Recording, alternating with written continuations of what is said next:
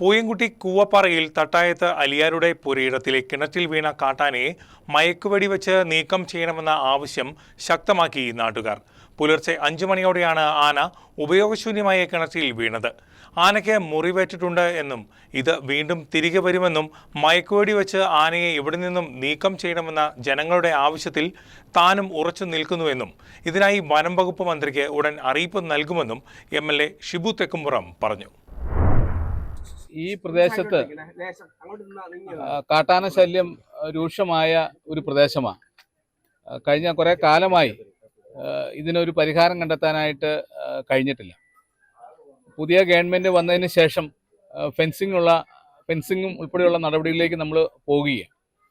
ഇപ്പോൾ ഈ കാട്ടാന കിണറ്റിൽ വീണ് കിടക്കുകയാണ്. തുമ്പിക്കൈക്ക് മുറിവേറ്റ ഒരു ആനയാണ്.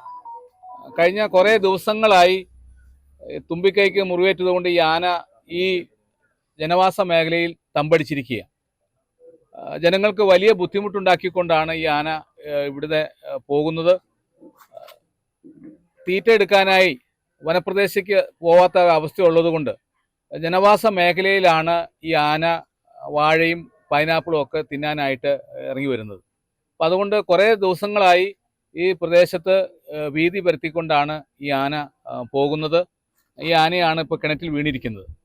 ഇതിന് ഒരു പരിഹാരം കണ്ടെത്തണം എന്നുള്ളതാണ് നാട്ടുകാരുടെ ശക്തമായ ആവശ്യം. ഈ ആനയെ കയറ്റിക്കൊണ്ട് പോകണം. മുറിവേറ്റ ആനയായതുകൊണ്ട് തുമ്പിക്കൈക്ക് വലിയ പരിക്കാണ് ഏറ്റിട്ടുള്ളത്.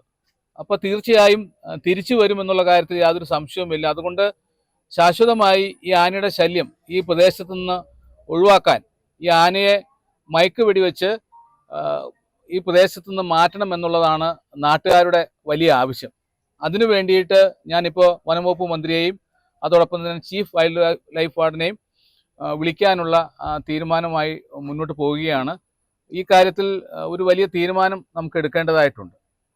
ഈ ആനയെ തൽക്കാലത്തേക്ക് രക്ഷിച്ചാൽ ജനങ്ങൾക്ക് പിന്നെയും ബുദ്ധിമുട്ടുണ്ടാക്കുന്ന ഒരു അവസ്ഥയാണെന്ന് നാട്ടുകാർ ഒന്നടങ്കം പറയുകയാണ്. അപ്പോൾ തീർച്ചയായും അതിന് ഒരു പരിഹാരം കണ്ടെത്തിയേ പറ്റൂ.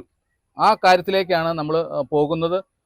ഉടനെ തന്നെ ഒരു തീരുമാനം ഇക്കാര്യത്തിൽ ഉണ്ടാകും.